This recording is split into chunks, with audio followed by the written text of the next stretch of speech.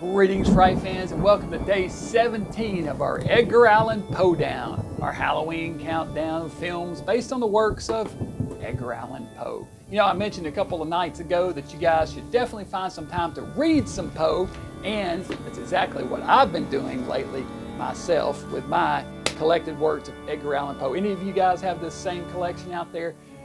Barnes & Noble or someplace like that. I got this. You can get this collected works. It's supposed to be all of his complete tales and poems. I guess it's complete. There's a lot of good stuff in here, and there's nothing that I've wanted to read that I haven't been able to find in here. So anyway, check that out, Fright fans. You get your own copy, and definitely, even if you don't have a copy, you can find some Poe online to read. So do that, and I'm going to do this. Enough rambling. Get on with it, you're saying. I know. So what's tonight's movie going to be? Well, let's just take one right off the top tonight.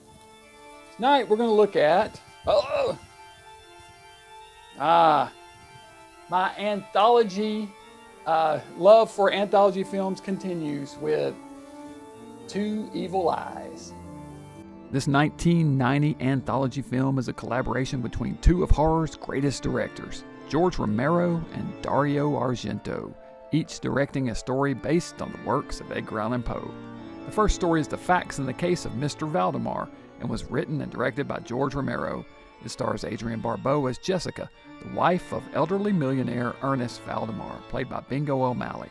Valdemar is on his deathbed and being tended to by Dr. Robert Hoffman, played by Rami Zeta.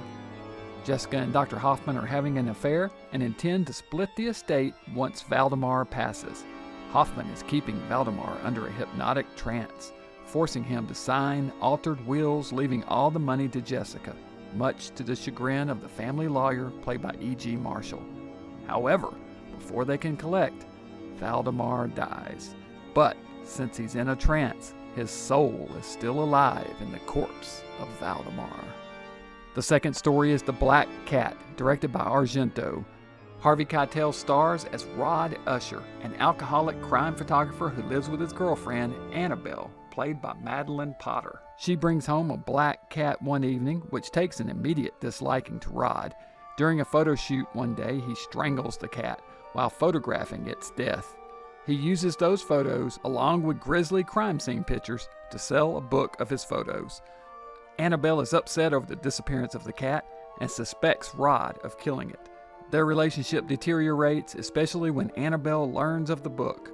When she catches Rod abusing a second cat, they have a huge fight, and Rod ends up killing her, walling her up behind a makeshift wall in his house. Both stories were shot in Pittsburgh, and the makeup effects were done by Tom Savini, who also appears briefly in the Black Cat segment as a crazed killer. The Black Cat makes nods to several Poe stories, including The Pit and the Pendulum, Berenice, and Hop Frog, as well as the titular story. Both tales are excellent, but I particularly like the Romero segment.